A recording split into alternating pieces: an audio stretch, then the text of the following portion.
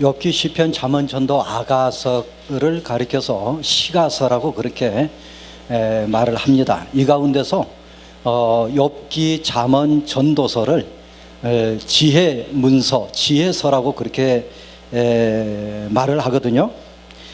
지혜라고 하는 개념이 뭘까? 지혜라고 하는 것은 첫째, 어떤 훈련과 경험에 의해서 비범한 기술을 얻게 된 것, 갖추고 있는 기술, 예를 든다면 성막 제조하는 기술, 성전을 건축하는 기술, 엔지니어를 가리키겠죠. 이런 걸 가리켜서 지혜라고 성경에서 말을 하고 있습니다. 또 도덕적 질서에 맞추어서 살아갈 수 있는 능력, 비도덕적이나 반도덕적인 것이 아니라 도덕적인 그런 질서에 맞추어서 살아갈 수 있는 능력, 그걸 가리켜서 지혜라고 한다는 거죠. 또는 우주 세상에 있는 어떤 본질적인 조화나 질서, 그리고 우리 일상생활을 지배하고 있는 법칙들, 이런 것들을 총칭해 가지고 지혜라고 그렇게 말을 합니다.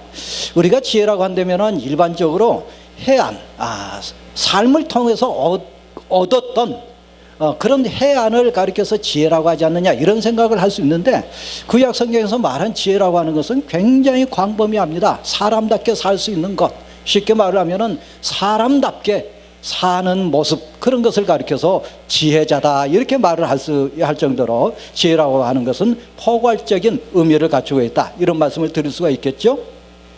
그래서 잠언전도서, 욥기 잠언전도서, 이 세 권의 책을 지혜문학으로 분류를 하는데, 여기에서는 하나님의 구속사가 나타나고 있지 않습니다. 가령 하나님께서 출애굽 사건을 통해서 이스라엘을 구원하셨다든지, 죄에서 죄를 용서하시고 구출하셨다든지, 그런 구원에 관한 이야기는 없고, 있다고 한다면 인간의 삶에 관한 이야기가 여기에 자리하고 있다, 이렇게 볼 수 있겠죠. 그래서 보편적이거나 국제적이라고 하는 표현을 하기도 합니다. 또는 실천적 실용주의라고 말을 하기도 하죠. 어떻게 하면은 인간관계를 잘 맺을 것인가, 어떻게 하면은 성공할 것인가, 잘 살 것인가 하는 그런 내용들이 지혜 문서에 기록되어 있다고 볼 수 있겠습니다. 저를 가르쳐 주셨던 어떤 선생님은 이런 말씀을 하셨어요. 젊었을 때에는 구약을 공부할 때에 정의에 불타가지고 아모스서 이런 게 굉장히 좋았는데, 이제 70이 되고 나니까는 지혜 문서가 그렇게 좋아, 그런 말씀을 하시더라고요. 그러면서 하시는 말씀이, 욥기 잠언 전도서를 이해를 하려면 적어도 60은 넘고 70이 돼야 된다, 그런 말씀을 하시는 걸 보고서 제가 부끄러운 가운데서 여러분에게 이 말씀을 드리게 된 것 같습니다.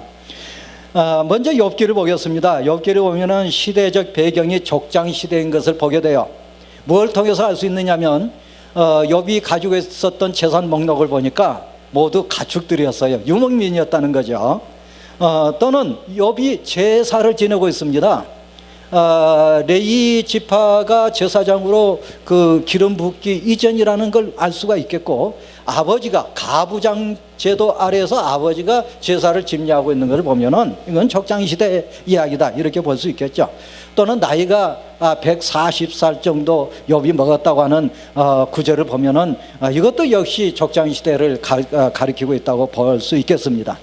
또 한 가지는 이스라엘에 한정되고 있지 않다, 지리적으로 한계가 없고, 우스 지역이라고 하는 것은 이게 에돔 지역이기 때문에 이스라엘에 이렇게 한정되어 있는 지리적 개념이 없다.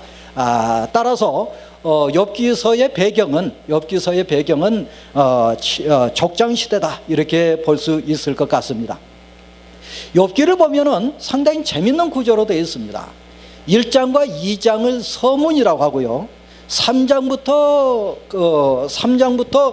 마지막에 나오는 42장 6절까지를 본문이라고, 그렇게 본론이라고 하는데, 42장 7절부터 17절까지를 또 발문, 결론이라고 그렇게 정리할 수 있거든요. 근데 1장과 2장은 산문체로 되어 있고, 끝에 있는 42장 7절부터 17절까지도 역시 산문체로 되어 있습니다. 그런데 3장부터 42장 6절까지는 운문체로 되어 있어요. 시문이에요, 이게.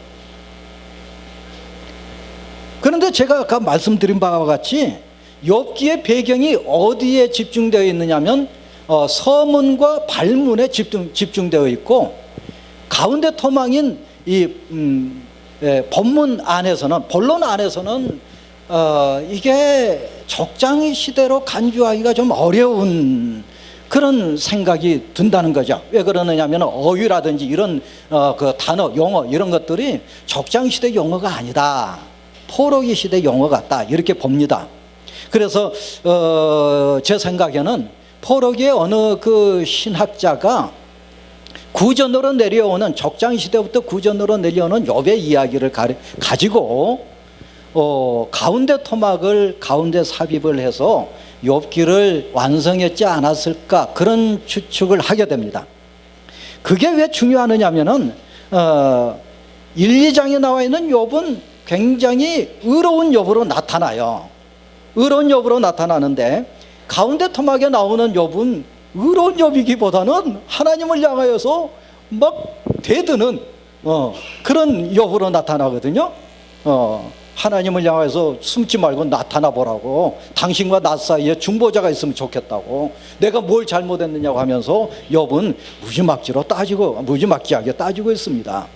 자, 그런데 먼저 서문을 본다면 욥에 관한 인물 소개가 나오고요, 천상회개가 나온 즉시 욥의 시련이 나타납니다. 욥의 시련을 보면 참 재밌는데, 여기 그 욥기서를 보면은 먼저 그 하루는 이렇게 1장 6절에 시작하고 있는데, 이게 하늘이 배경이거든요. 그 다음에 13절에 보면 하루는 하고 땅의 배경이 나타나는데, 이 땅에 관한 배경이 스바 사람이 쳐들어와 가지고 종을 죽이고 뺏어갔다, 또 하늘에서 불이 내려왔다, 그리고 갈대 사람이 왔다, 큰 바람이 불었다. 이걸 보면 4번에 걸쳐서 재앙이 내리는데, 스바 사람이 왔다고 하는 것은 인재라고 볼 수 있겠죠. 하늘에서 불이 떨어진 것을 이걸 천재라고 볼 수 있을 겁니다. 갈대 사람이 침략해 들어온 것도 인재야.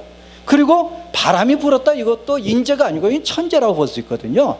그래서 이 구조가 굉장히 재미있는데, 천재, 인재로 욥에게 닥친 고난이 엄습해 오고 있다, 이렇게 볼 수 있습니다. 완벽한 욥의 고난이라고 볼 수가 있겠죠. 인재뿐만이 아니라 천재까지 겹쳐서 닥친 고난이라고 볼 수 있겠습니다.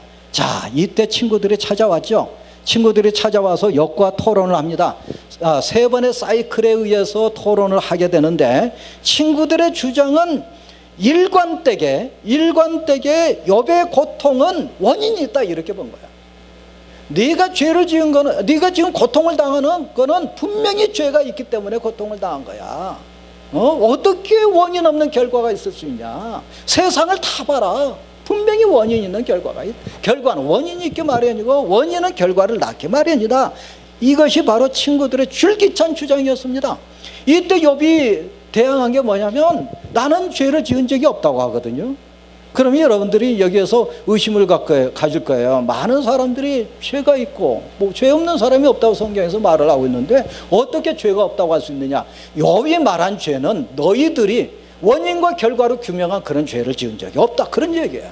내가 이런 고난을 당할 만큼 죄를 지은 바가 없다고 하는 게 욥의 주장이었습니다. 욥의 친구들은 주장은 어쩌면은 그때 당시 정통주의라고 볼 수 있겠어요. 지난 시간에 우리가 봤습니다마는 신명기 역사서의 사관 혹은 신학이라고 하는 것은 뭐였습니까? 죄를 지었기 때문에 하나님의 심판이 왔다는 거거든요. 그렇죠? 그 주장에 따라서, 그 논리에 따라서 욥의 세 친구들은 줄기차게 주장을 하고 있는 거예요. 그런데 욥은 아니다고 하거든요. 나는 그런 죄를 지은 적이 없다고 하거든요. 그러면 욥의 저자가 말하고자 하는 것은 뭘 말을 할까요?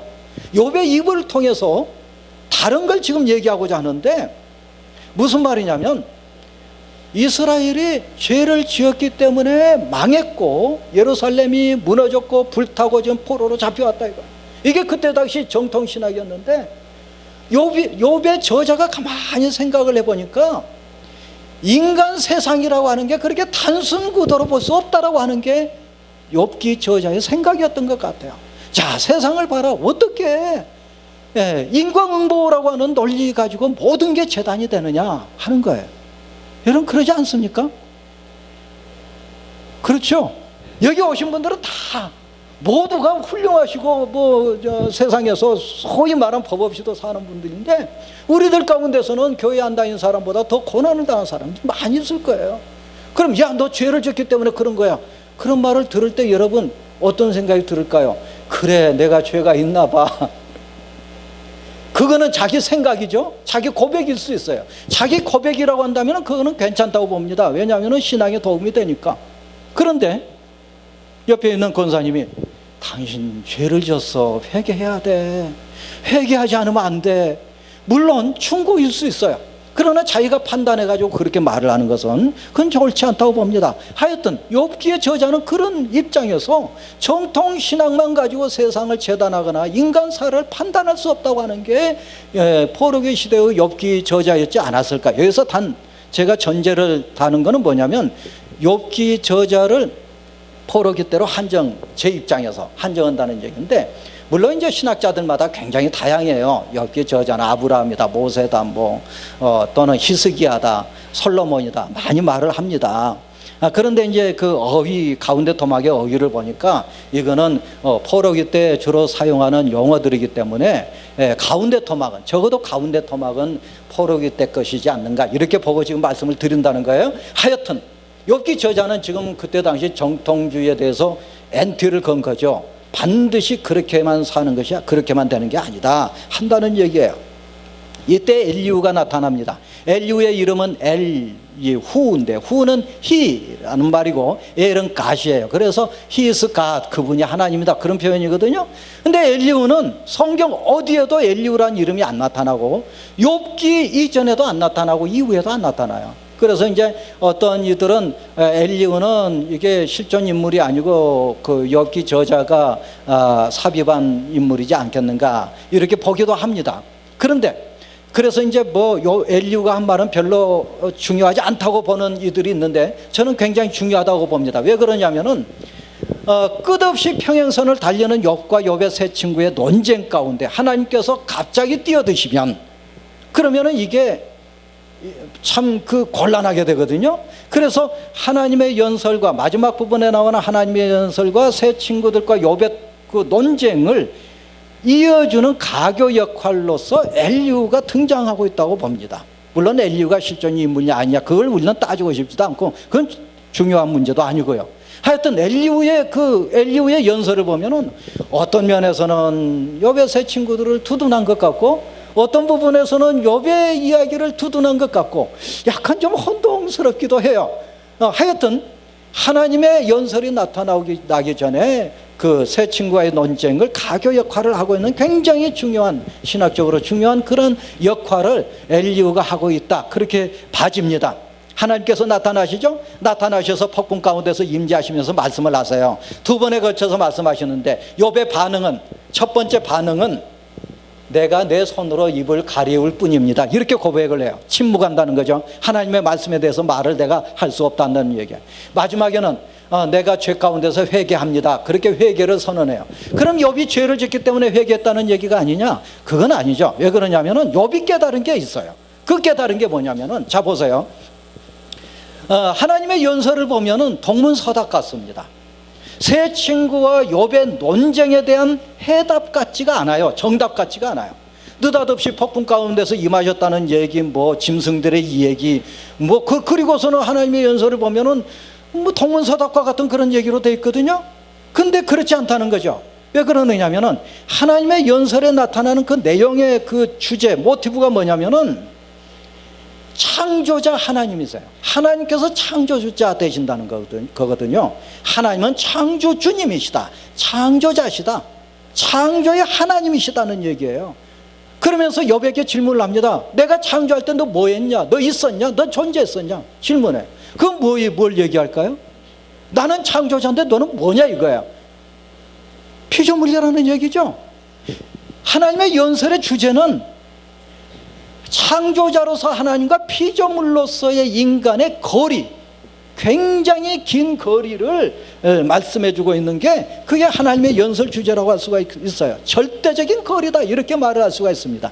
양적으로 굉장히 먼 거리다, 이런 표현보다는 절대적 거리, 절대적으로 가까워질 수 없는 거리, 이 거리를 지금 하나님께서 말씀하신 거예요. 욥이 깨달았던 게 그거예요. 내가 벌을 받을 만큼, 이 고난을 당할 만큼 죄를 지었지 않았다 하더라도 나는 창조주 하나님을 생각하지 못했다. 하나님과 나의 거리가 얼마나 먼지 말하자면 하나님께서 고난을 주셨다라고 했을 때 그 고난의 의미가 창조자 입장에서 내가 이해할 수 없을 거라고 하는 것을 내가 미처 깨닫지 못했다는 얘기예요. 고난은 욥기에서 말한 고난은 그거는 하나님의 주권에 속한다는 얘기입니다.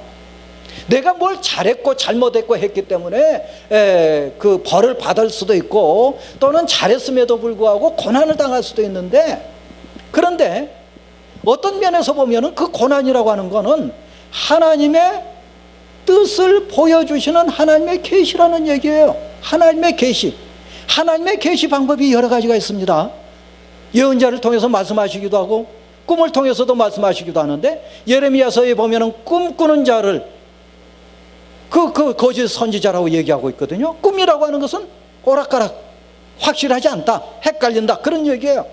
그런데 고난을 통해서도 하나님은 말씀하신다고 하는 게 욥기 저자가 우리들에게 들려주는 말씀이에요. 하나님은 계시 방법이 있는데 말씀을 통해서 계시하시기도 하시고 꿈을 통해서도 계시하시기도 하지만 고난을 통해서, 고난이라고 하는 것을 통해서 우리에게 계시하신다 하는 게 바로 욥기 저자가 말하고자 한 것이 아니었을까 한다는 거예요. 여러분, 그 욥기서를 자세히 보면은 참 재밌는데요. 뒤에 발문을 보면은 하나님께서 욥의 세 친구들에게 야단을 하십니다. 그리고서는 하시는 말씀이 너희들이 잘못됐다, 너희들이 틀렸다 이거예요. 누가 옳다? 욥이 옳다 이거예요. 여러분, 여기에 의문점이 들지 않았던가요? 욥을 보면은 굉장히 하나님을 향하여 따지고 막 건방지게 그렇게 하고 있는데, 당돌하게 따지고 있는데, 욥의 세 친구들은 오히려 하나님을 옹호하고 하나님의 입장을 변호하고 있는데, 왜 하나님께서 욥의 세 친구들을 칭찬하지 않으시고, 어떻게 보면 당신을 변호하는 변호자들인데 칭찬하지 않으시고 건방지게 하나님을 향하여서 따지고 드는 그 욥을 칭찬하고 계실까 하는 점이에요. 그죠? 의문이 나죠. 또 하나 문제가 있습니다. 뭐냐면은 발문을 보면은 또다시 하나님께서 아들들과 딸들을 주셨는데, 아들은 7아들이요 딸은 3딸이에요. 거기에 아들들 이름이 나옵니까? 안 나와요. 딸들 이름이요 나와요. 딸들 이름이 나와요. 놀랍지 않아요? 안 놀라우신가요? 저는 이게 굉장히 놀랍다고 봐요. 아들들의 이름이 안 나옵니다. 안 나오는데 딸들 이름만 나와요. 그리고 또 하나 덧붙인 게 있어요. 욥의 딸들처럼 아리따운 자들이 없었다, 그런 말씀을 하시고, 또 하나는 욥이 죽을 때 재산을 물려줬는데 아들들하고 똑같이 재산을 물려줬다고 했어요. 7, 80년대까지만 해도 우리나라에서 시집간 딸이 재산, 유산 받았습니까? 들어보지도 못했죠. 최근에 와서야 그런 법이 바뀌었다고 그러는 거죠. 야, 욥기 저자는요 2000년대 와서 우리가 향유하는 여성의 권리가 이미 주어졌다는 얘기예요. 2000년대 2500년 전에 바로 욥기 저자는 욥의 딸들의 입장을 옹호하고 있어요. 재산도 물려받았다, 똑같이, 그것도 똑같이 아들들과 똑같이 물려받았다, 이렇게 말씀을 내주고 있어요. 대단한 거죠. 우리 권사님들, 집사님, 여자 집사님들 이래도 좀 저를 좀 칭찬 안 하실랍니까? 대단한 거예요. 이거 굉장히 대단한 겁니다.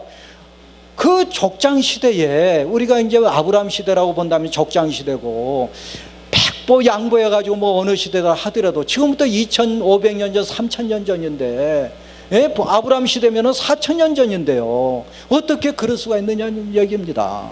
그렇죠? 그렇죠. 굉장히 중요한 문제예요. 욥의 세 친구가 아니고 욥이다 이거야. 그리고 아들들이 아니고 딸이다는 얘기죠. 여기서 제가 주목하는 것은 뭐냐면은 바로 욥기 저자는 세 친구들을 두둔한 게 아니라 욥을 두둔하고 아들들을 두둔한 게 아니라 딸들을 두둔하고 있다. 정규직을 두둔한 게 아니라 비정규직을 두둔하고 있다, 이런 얘기예요. 네. 말하자면은 욥기 저자는 정통주의가 아니라 비정통주의를 지금 비정통주의 입장에서 지금 발언하고 있는 거예요, 욥기서를 통해서. 그런데 우리가 가만히 봐도 세상은 넉넉하지 않습니다. 그렇게 인과응보 논리만 가지고 해명이 되지 않아요. 그렇잖아요. 에? 뭘 잘못했기 때문에 주식이 폭락해가지고 어떤 사람은 망한 겁니까? 교회 열심히 다녔는데, 11조도 열심히 했는데, 건축원금 했는데, 도대체 왜 그랬을까요? 예. 그걸 이제 우리는 단순 논리로서 인과응보 논리로 본다면은 죄를 졌기 때문이야, 이렇게 볼 수 있지만, 세상은 그렇게 단순 구도로 볼 수 없는 게 세상이에요. 바로 그 지혜 문학가들은 그걸 본 거예요. 지혜 문학가는 이 세상을 꿰뚫어 본 겁니다. 통찰력. 욥의 아내의 이야기로 넘어가 볼까요? 욥에 대한 논리를 하나님께서 뭐라고 말씀하셨습니까? 온전하고 정직하여 하나님을 경외하며 악에서 떠난 자다. 3번이나 그렇게 말씀하셨어요. 똑같이. 그리고 욥에 대해서 내 종이라고 하는 표현을 합니다. 내 종. 이거는 아브라함에게 붙인 호칭이거든요. 사단의 논리는 뭡니까? 하나님에게 가서 이런 말을 하죠. 욥이 어찌 까닭 없이 하나님을 경외하겠습니까? 이거예요. 그러면 욥의 논리는 뭘까요? 물질에 복을 주었기 때문에 하나님을 경외한 겁니다. 그거예요. 모든 사람에게 복을 줘 보십시오. 그러면 모두 하나님을 잘 믿습니다. 어떻게 복을 받는데 하나님을 예배하지 않을 수 있습니까? 욥이 온전하고 정직하여 하나님을 경외하며 악에서 떠난 자라고 하는 것은 복을 하나님께서 주셨기 때문입니다. 이런 말. 아내는 뭐라고 얘기합니까? 2장 9절에 보면은 당신이 그래도 자기 온전함을 굳게 지키느냐 하나님을 욕하고 죽어라. 그래서 어거스틴이나 미안합니다. 이 위대하신 분들을 제가 좀 비판한 것 같아서 죄송합니다만은 어쨌든 대단히 훌륭하신 분들이지만 그분들이 어거스틴, 칼빈, 루터가 이구동성으로 한 말이 욥의 아내는 사탄의 앞잡이다, 이런 말. 사탄의 앞잡이다. 9절만 가지고 보면 그럴듯해요. 그런데 제가 살펴보니까 70인 역본 2장 9절에 이런 말씀이 첨가되어 있어요.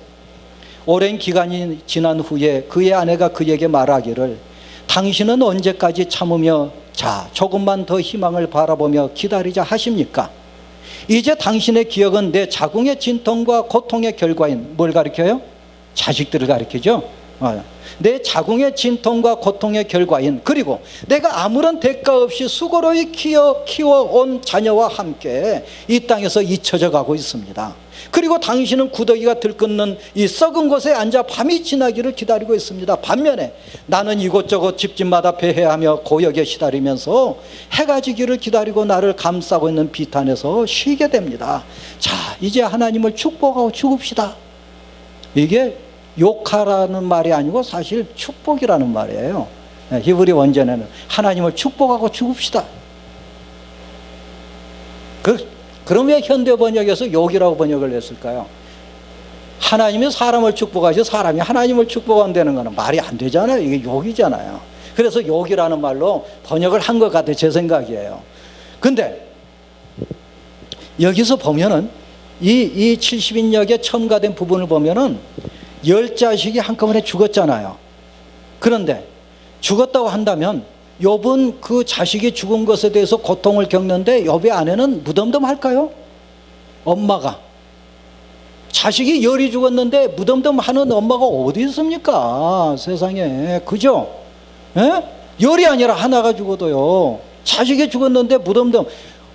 정말 죄송합니다만은 아빠보다는 엄마가 더 고통스러울 거예요. 내가 엄마가 안 돼봐서 모르지만 이건 분명해요. 이건 분명합니다. 왜 10달 동안 뱃속에 안고 있었기 때문에 다르거든요.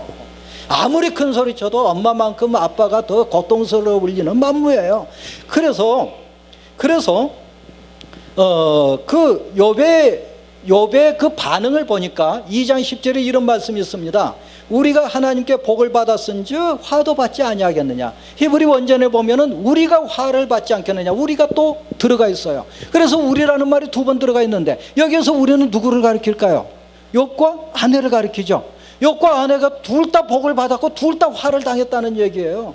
그런데 자식이 죽고 재산이 없어졌는데 욥은 고통받고 있는데 욥은 노래 부르는 욥이 어디 있어요 세상에. 그러지 않아요.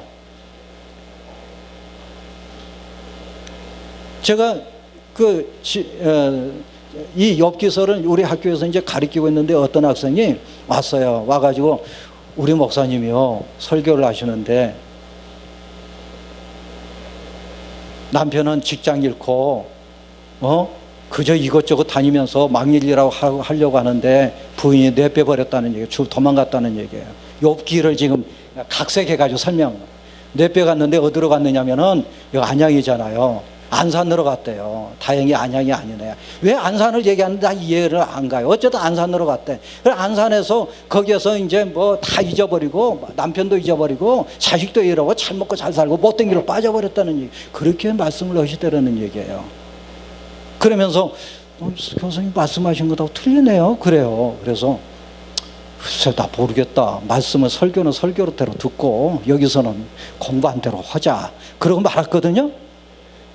도망갔다는 얘기가 없잖아요. 그죠? 특히 안산으로 갔다는 얘기가 어디가 있어요? 없잖아요. 없는 얘기 집어넣어가지고 해석하면 안 돼요. 추론도 어디까지나 성경에 근거해서 추론을 해야 돼요. 없는 얘기 삽입해가지고 재밌게 한다라고 그래서 그렇게 하고 요즘 뭐 저 집안 놔두고 내뺀 부인들 많다고 하면서 그걸 빗대가지고 얘기하면은 대한민국 여성들이요 다 일어납시다. 이렇게 하면 어떻게 하겠어요? 예? 서울시청으로 봅시다. 이러면 난리 나잖아요.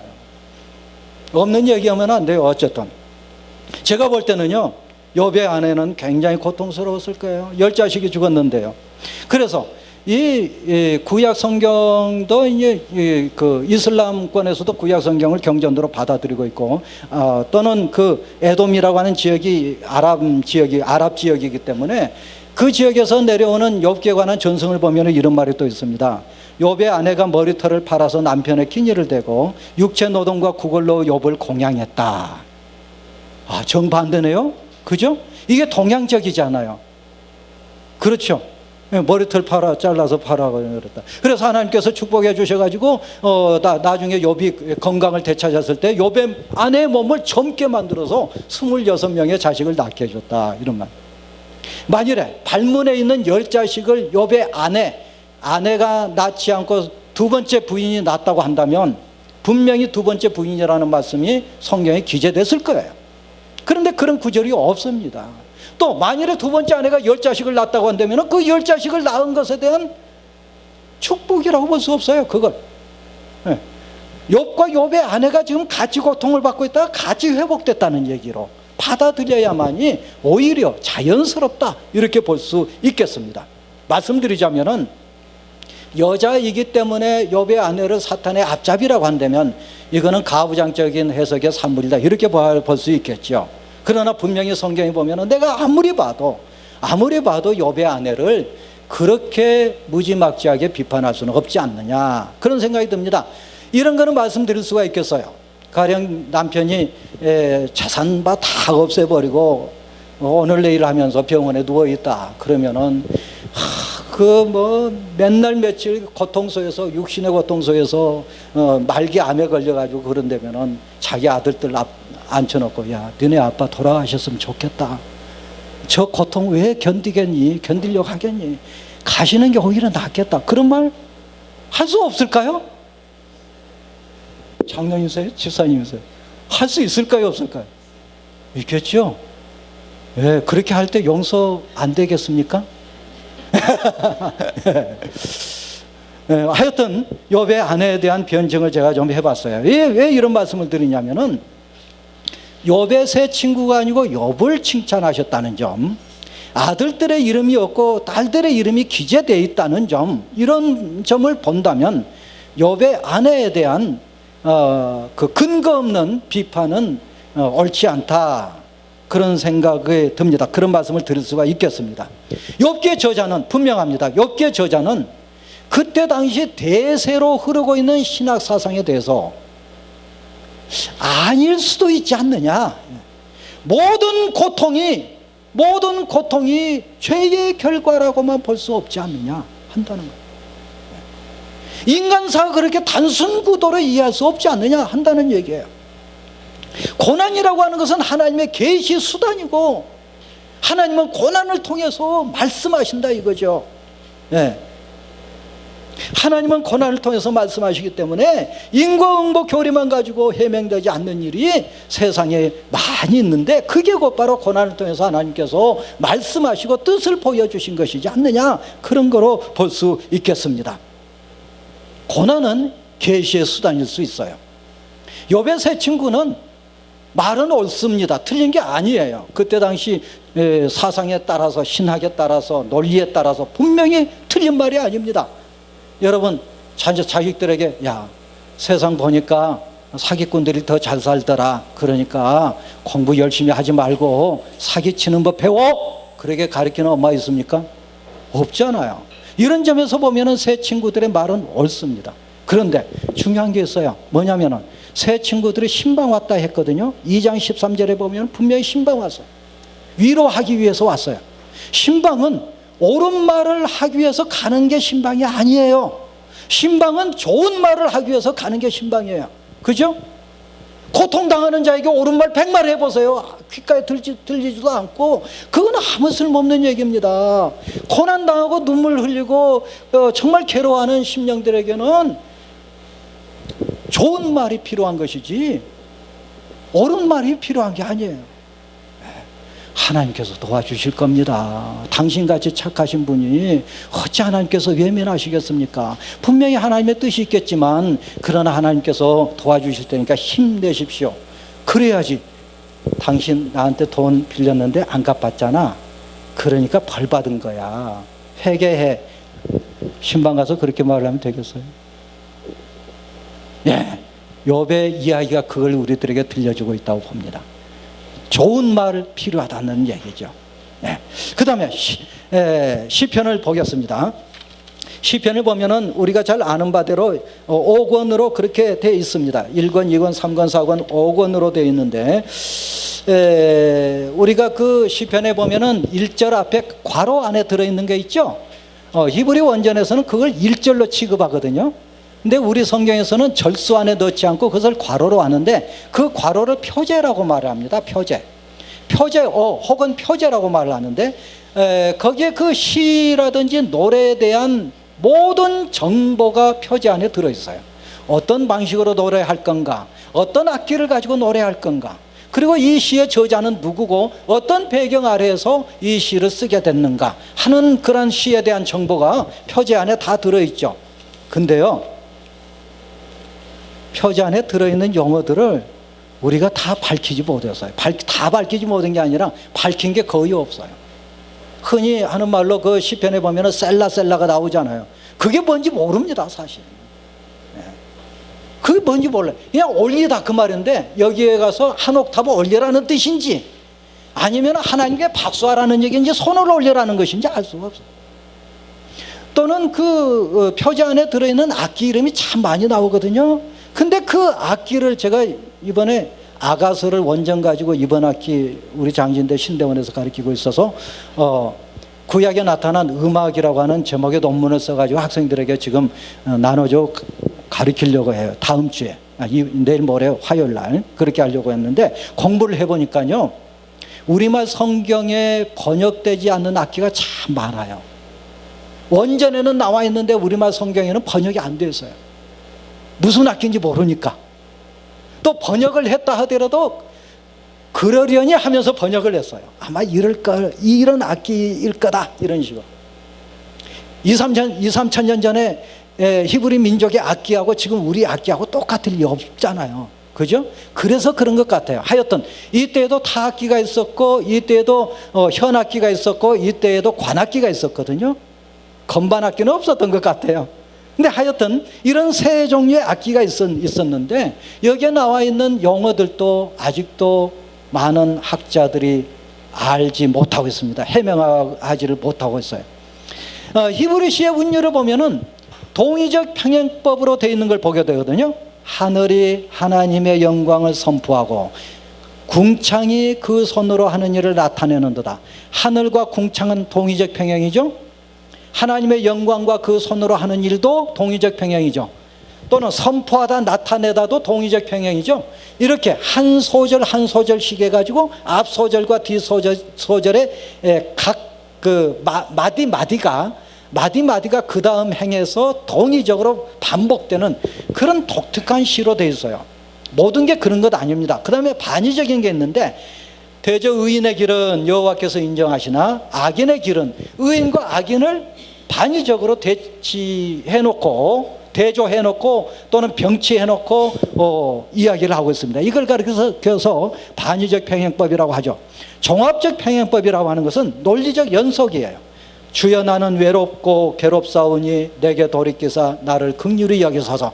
논리적 연속으로 그렇게 되어 있는 걸 보게 돼요. 이런 걸 가리켜서 종합적 평행법이라고 표현을 하기도 합니다. 시의 유형을 보면은 여러 가지 유형이 있습니다. 찬양시를 보면은 찬양시는 하나님의 거룩을 찬양한다든지 인자하심, 자비로우심, 은혜로우심, 공의로우심, 주권 또는 하나님의 율법, 이런 모든 것들을 찬양하는 내용이 찬양시라고 그렇게 말들을 합니다. 그 다음에 감사시가 있는데, 감사시는 구체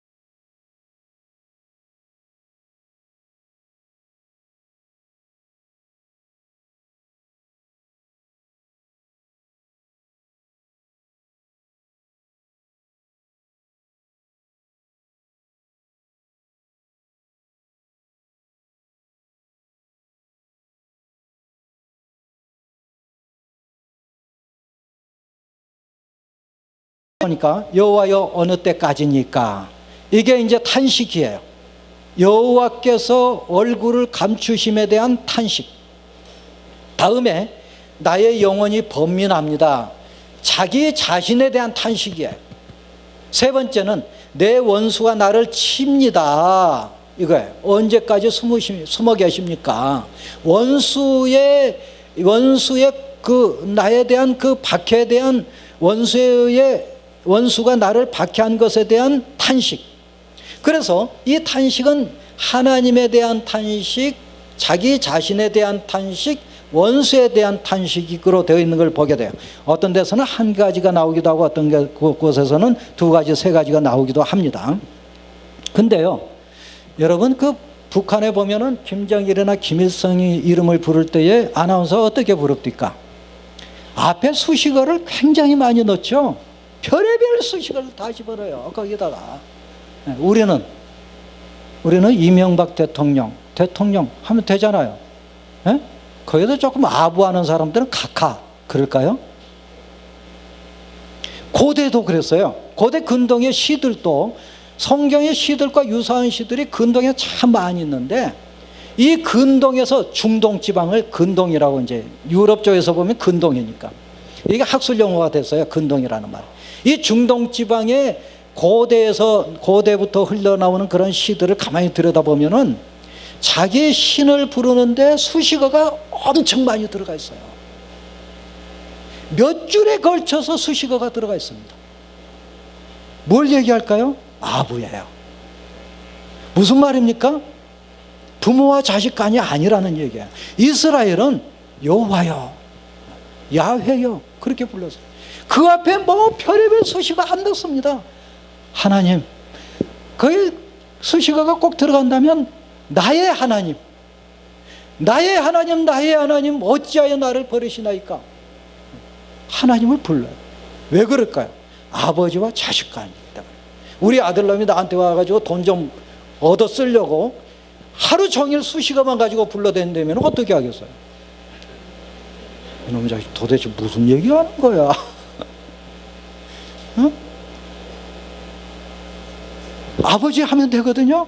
그게 친자, 부모와 친자식 관계입니다. 그게. 우리 아버지 목사님이시고 우리 아버지 뭐 하시는 분이시고 우리 아버지 뭘 나를 낳으시고 기르시고 지금까지 그러신 우리 아버지시여 나에게 돈을 주시옵소서. 그러면 어떻게 돼요? 이게 바로 북한에서 하는 행위거든요. 사실 수식어 그렇게 붙인 거 당사자들은 즐겁게 들을지 모르지만 우리가 볼 때는 참 그렇게 부른 사람들이 벌써 이 맛이 갔기 때문에 그렇게 부른 거예요. 근동에 많은 그 신들을 부를 때에도 많은 근동의 사람들이 뇌물을 바치는 마음으로 알랑거리는 마음으로 신들을 불렀어요. 이스라엘에서는 하나님 하고 불렀어요. 언제까지 숨어 계십니까? 그 다음에 본문에 들어가 보면은 탄식의 내용을 말하고 있고 가장 중요한 게 결말인데요. 이 결말은 어김없이 탄원시에서 완료태로 되어 있어요. 완료태. 히브리 그 시제에는 두 가지밖에 없어요. 완료태와 미완료태밖에 없습니다. 과거, 현재, 미래 그런 거 없어요. 미래라 하더라도 완료된 거는 완료태요. 과거라 하더라도 완료되지 않는 거는 미완료태입니다. 그런데 결말에 와서 탄원시의 결말에 와서는 어김없이 완료태로 되어 있어요. 완료태로 되어 있고 그 내용도 참 묘합니다. 그 앞에까지는 막 하나님을 향하여 언제까지 숨어 계시느냐고, 왜 나타나셔 가지고 내 원수를 물리치지 않으시냐고 했다가 결말에 가서는 느닷없이 나는 오직 주의 사랑을 의지하여 싸우니, 완료태요. 의지하여 싸우니 나의 마음은 주의 구원을 기뻐하리이다. 주님을 의지합니다. 확신합니다. 주님께서 나를 구원하셨습니다. 고로 나는 하나님을 찬양합니다. 이렇게 완료태로 되어 있어요. 우리말로는 미완료태로 기뻐하리이다 이랬지만 기뻐하였습니다. 이렇게 완료태로 되어 있어요. 왜 그럴까요? 이것 가지고 또 시편 연구가들이 굉장히 많이 연구를 했습니다. 그리고 학설을 몇 가지 내놨는데 심리적 변화 때문이다. 갑자기 하나님께 따지다가 그래도 이 사람이기 때문에 심리적 변화가 와가지고 완료태로 구원하셨습니다. 이렇게 불렀다네. 더 나아가가지고 믿음의 이게 소치다. 그럴 수 있죠. 막 하나님을 향하여 부르짖다가도 하나님께서 나를 구원하셨다 하고서는 확신에 찬 완료태로 말을 했다는 얘기예요. 또 하나는 이런 것도 있습니다. 제의적인 선포였다고 본다는 얘기예요. 앞에 있는 불평, 불만은 헌제자가 읊고 말을 하고 기도하고 뒤에 있는 결말은 제사장이 선포하는 구절이었다. 이렇게 보는 학자들도 있어요. 여러 가지 학설이 있는데 우리 그리스도인들에게 주는 그 메시지는 굉장히 크다고 봅니다. 아까도 말씀드렸습니다마는 욥기 이야기에서 욥과 같은 우리가 고통을 당할 때, 아니 욥보다도 못한 고통을 당할 때에도 우리는 하나님을 향하여 많이 부르짖으면서 따질 수 있어요. 그런데 더 중요한 것은 뭐냐면 그걸로 끝나면 안 된다는 거죠. 완료태로 이미 하나님께서 나를 구원하셨습니다. 이미 하나님께서 나를 치료해 주셨습니다. 이미 하나님께서 나를 도와주셨습니다 하는 완료태로서, 그리고 하나님을 찬양하는 찬양으로 나아가고 있는 것을 보게 돼요. 이게 그리스도인들의 굉장히 중요한 무기라고 생각을 합니다. 언제까지입니까? 하고 따지다가도 하나님께서 나를 구원하셨습니다 이렇게 끝맺으면 된다는 얘기예요. 이게 믿음 아니겠습니까? 그죠? 믿음이 도대체 뭐예요? 믿음은 믿을 수 없는 걸 확신함으로써 믿는 거야. 믿는 척 하는 것이 아니고 완료태로 믿는 거예요. 애들 다 그러죠. 야, 너 언제 공부하려고 그렇게 도냐? 할 거예요. 할 거예요. 한다니까요. 그래서 내가 한번 야단을 좀 쳤어요. 야, 임마. 맨날 너는 하는 말이 미래형으로 말을 한다? 어제도 그러더니 오늘 또 그러네? 그러면은 10년 후에도 그러겠네? 언제 할 거야, 그러면? 지금 하겠습니다. 그리고 지금 의자에 앉아. 이 어디서 배운 교훈이냐면 사실 탄원시 공부하다가 그렇구나. 아이들 공부시키는 것도 이렇게 그 뒤로 꼼짝없이 할 거예요가 아니라 합니다. 그리고 앉은 거예요. 그렇죠? 하나님 보실 때도 그러지 않을까요? 하나님은 언제까지입니까? 따진 건 괜찮아요. 아버지니까 따질 수 있지. 친정 아버지한테 못 알면 뭐 있겠어요. 할 수 있죠. 근데 하나님께서 나를 도와주셨습니다. 하나님께서 나를 구원하셨습니다. 고로 내가 주님을 찬양합니다. 이게 참 이때 아멘이 나와야 됩니다. 바로 시편 탄원시 기자는 그걸 터득했어요. 그리고 시편에 나와 있는 모든 탄원시는 그렇게 되어 있어요. 여러분 보세요. 반드시 확신, 구원에 대한 확신과 감사와 찬양으로 끝맺음이 돼요. 그걸 보면 이스라엘의 시인들이 얼마나 대단했는가 하는 것을 우리가 알 수 있어요. 집단 탄원시도 그래요. 민족 탄원시를 집단 탄원시하고 민족 탄원시라고 하는데, 이건 뭘 가르쳐 주느냐면 외국의 침략이 있을 때, 그리고 재앙이 내렸을 적에, 자연재해가 있었을 때 하나님을 향하여 탄원하다가 갑자기 구원에 대한 확신과 감사와 찬양으로 끝나고 있는 것을 보게 돼요. 굉장한 겁니다. 이건 정말로 굉장한 거예요. 그래서 탄원시 연구가들이 이 부분에 참 많이 연구한 거죠. 한 가지 더 말씀드릴까요? 원수가 누굴까요? 이게 이제 탄원시에서 주목한 바예요. 여러분들이 살다가 보면은 저 친구 좀 얼굴 좀 안 봤으면 좋겠다, 그런 사람 있을 수 있죠. 있을 수 있습니다. 그러면서 저 친구 정말로 내가 지금 종업원이다, 월급도 안 주고 말이야, 지가 사장이다, 그림 그려놓고 바늘로 쑤시면서 죽어라 죽어. 그럼 되겠어요? 그러면 기도해요. 하나님 물리쳐 주시옵소서. 저거 망하게 해 주시옵소서. 저거는 좀 어떻게 누가 데려가지도 않나? 원수가 누굴까요? 이스라엘의 탄원 기자는 원수를 누구를 두고 말을 할까요? 탄원 시편을 연구하는 학자들은 이때 원수를 하나님의 원수라고 본 거예요. 내 개인의 원수가 아니라. 말하자면 하나님의 원수, 곧 나의 원수였을 때 가능하다는 얘기죠. 내 원수는 원수로되 하나님의 원수는 아니야. 하나님께서 사랑하시는 사람이에요. 그러면 이 기도가 먹혀 들어갈까요? 안 들어가겠죠. 안 들어갈 겁니다. 여기서 우리가 주목해야 될 것은 탄원시를 개인의 원수 갚는 일에 사용된 것은 아니었다. 이스라엘 백성들이 개인의 어떤 사사로운 감정 때문에 원수 맺는 그런 사람들을 저주하기 위해서 만든 탄원시가 아니라, 적어도 내가 하나님 편에 있을 때, 내가 하나님 편에 있는데, 내가 믿음으로 살고 있는데 나를 이유 없이 근거 없이 고통을 주고 괴롭게 하는 사람, 곧 그는 바로 하나님의 원수지 않느냐 한다는 거예요. 이 점에 있어서 시편 탄원시에 나타나는 원수 개념이 정리될 수 있다고 봅니다. 알파벳 시를 잠깐 말씀을 드리면, 시편 가운데서 참 재밌는 거는요, 매 절마다 히브리 그 알파벳 순서로 시작하고 있어요. 우리말에 그 삼행시라고 하는 게 있죠. 마치 그런 것과 똑같아요. 1절을 A로 시작하면 히브리에서는 알렙인데 알렙으로 시작한 단어로 시작됩니다. 2절은 영어로 말하면 B, 성경에서는 배드인데 배드로 시작되는 단어로 시작이 돼요. 이런 게 많아요. 애가서가 매 장마다 그렇게 돼 있어요. 애가서가. 그리고 여기 시편에 보면 25편에 그렇게 돼 있고요. 22절인데 알파벳 22자로 시작되고 있어요. 37편은 상당히 재밌는 건데요. 1절과 2절을 묶어가지고 알파벳 A, 알파벳 알렙으로 시작을 해요. 3절과 4절이 베드로 시작을 합니다. 두 절이 묶여가지고. 119편은 이게 모두 176절인데요. 176절이 8절씩 단락이 나눠져요. 그래가지고 8절씩 매 절이 알렙으로 시작을 해요. 1절부터 8절은 매 절이 알렙으로 시작합니다. 그 다음에 9절부터 16절은 매 절이 베드로 시작을 해요. 영어로 하면 B로 시작을 해요.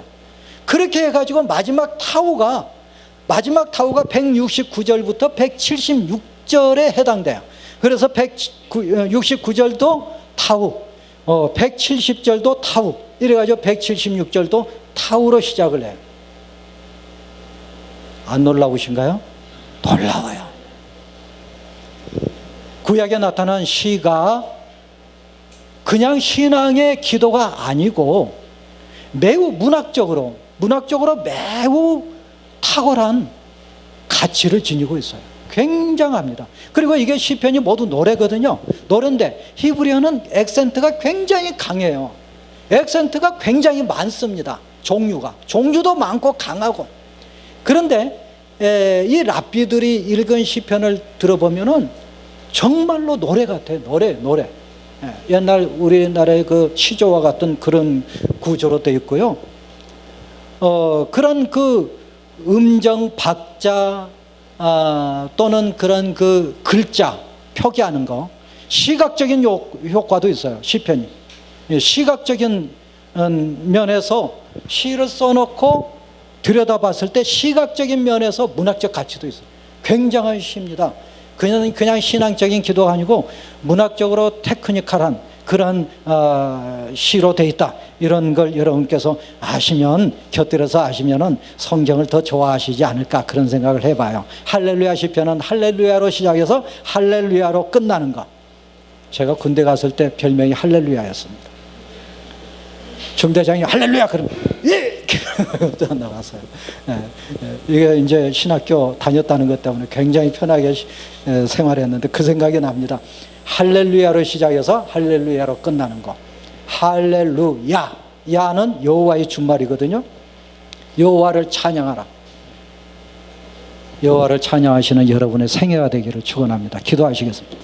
은혜로우신 아버지 하나님 감사합니다. 욥기와 시편을 통해서 여러 가지 말씀을 나누었습니다. 무엇보다도 우리들에게 닥치는 고난이 반드시 죄의 결과라든지 의미가 없는 고난이라는 것을 우리가 버리게 하여 주시고, 하나님의 계시 방법이라고 하는 것, 하나님께서 나에게 보여주시는 그런 뜻이 분명히 있다는 것, 그것을 우리가 믿게 하여 주옵시기 원하고 기도합니다.